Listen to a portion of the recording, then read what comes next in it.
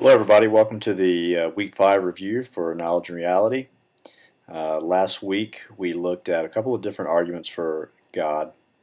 We had previously been focusing on Descartes and trying to give what he calls proofs for the existence of God, whereas this week we actually looked at the first class period we looked at an argument from probability by Pascal, known as Pascal's wager. And then the second class we looked at Hume, and Hume was talking about miracles and how often religions are based upon miracles. So Hume was trying to sort of undermine or undercut the evidence that can be given for miracles, and at least a belief in religious principles based on reason instead of faith, which is what he wanted to argue, that you can't base it on reason, it has to be based on faith. Okay, so first class we talked about Pascal. I gave you guys a little bit of a brief history of Pascal. He was a French mathematician and philosopher and physicist. He was extremely young. He actually, I don't think I mentioned this in class, but he actually went to college at the age of 12. So a really smart guy, and he was reputed to be the only guy ever in history that's actually read all the books that had been printed during that particular time. And as I mentioned, of course, that was only about 300 at the time because the printing press had just recently been invented. But anyway, another really important couple of things to know about Pascal was that he was a gambler. So, Pascal's wager makes sense. He actually invented, with another guy named Fermat, probability theory. So he was very interested in probability, and from the gambling perspective especially. And he was also a Christian. So, it makes sense if you put together the fact that he was a gambler who invented probability theory and he was a Christian, that he would come up with a probabilistic wager for the existence of God. So that's some background on Pascal. Okay, so he starts off by, kind of refuting what Descartes was saying in a way, because he says that, look, God, if God exists, God is infinitely beyond our conception, and we just can't understand God. So if we want to formulate some sort of argument for God, we can't know. You can't do a proof for the existence of God, but you can try to create a scenario, which he does with Pascal's wager, that sort of suggests that you have good reasons to believe in God. It's sort of an argument from the best explanation. So it's a type of probability. He starts out with the premise, which is a logical premise. He says either God exists or God does not exist. So, and that's completely logical. But the thing that he does, which has caused some people to object through time, is because he says God either exists or he doesn't exist, he gives it a 50-50 probability that either God exists or God does not exist. He says we can't know, God exists or God does not exist. It's a flip of the coin. Another thing that comes up is he talks about agnosticism, and his interlocutor, the person that he's conversing with, on the second page says, look, I don't blame somebody for believing in God or not believing in God. I blame them for attempting to answer the question at all because we just don't have enough evidence. But Pascal refutes that and says, you can't be agnostic. You have to play the game.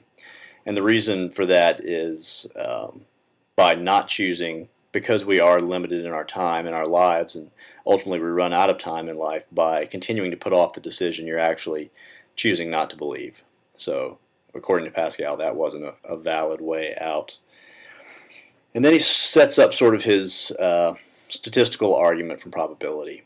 And he talks about this thing called the dominance principle. And essentially that's when you have two choices. You can believe in God or you can not believe in God. And then you have the state of affairs where God exists or God does not exist. And basically you set up a 4-cell matrix, and you look at the outcomes that result from each one of those things. So believing in God, and then God existing, believing in God, God not existing, not believing in God, God existing, not believing in God, God not existing. And he tries to weigh the most favorable outcomes based on that sort of matrix, and depending on what he comes up with, that's how he thinks you should make your decision whether you believe in God or not. So the dominance principle says that an act dominates if that act might be better than the other act, but it's never worse. So for instance, if you believe in God and God exists, then you get infinite benefits. If you believe in God and God does not exist, then you don't lose anything, status quo. If you don't believe in God and God exists, then you could have infinite misery. And if you don't believe in God and God doesn't exist, you don't lose anything. So it comes down to this scenario where God exists, basically. And if you believe in God, you get infinite rewards. If you don't believe in God, you get infinite misery. Therefore, you should believe in God.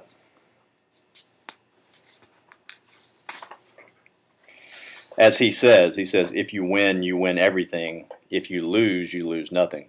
But, saying that is sort of a controversial thing to say. So we talked about that a bit in class, and is it really true that, if you lose, you don't lose anything? If you, give up certain things based on your belief, then, there's nothing in the afterlife, then maybe you've lost everything, essentially, if you lived your life completely the wrong way and you're wrong. So, I don't know. Let's see. And then, of course, that brings up the question of, well, can you choose what you believe, right? Or do you just believe something based on some sort of innate principles or things like that? It seems kind of weird to say, okay, I'm going to choose to believe that God exists, or I'm going to choose to believe in the Easter Bunny. Well, it seems like, either you believe in the Easter Bunny or you don't. I'm not making any judgments either way, but it's kind of hard to say, well, I'm going to choose to believe in the Easter Bunny. I'm going to choose to believe in Santa Claus. Things like that. And, the guy asks, he's like, look, you got me in a bind.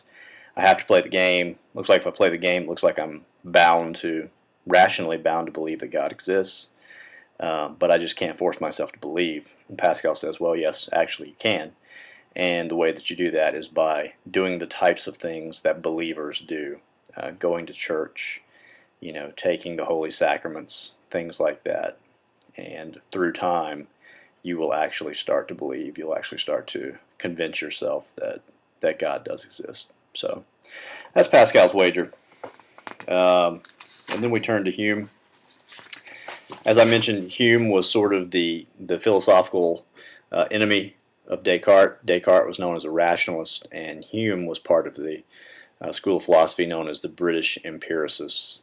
And the British empiricists, we talked about the distinction between a priori and a posteriori, and that just means a priori means before and posteriori means after, and what they're referring to is knowledge based on experience.